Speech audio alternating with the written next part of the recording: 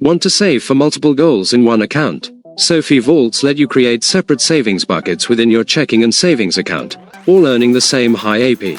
Welcome back to Guide with Samuel. In your SoFi app, go to your checking and savings account. Tap Create a Vault. Name it, e.g., emergency fund, vacation, new car, and set a goal amount if you want. You can transfer money into vaults anytime, or set up automatic, recurring transfers from your main spendable balance. Money in vaults is separated from your spending cash, but is still instantly accessible. My crucial pro tip: use vaults for your annual bills. Create a vault for annual expenses. Figure out your total yearly cost for things like insurance, subscriptions, and property tax. Divide by 12, and set up a monthly auto transfer for that amount into the vault.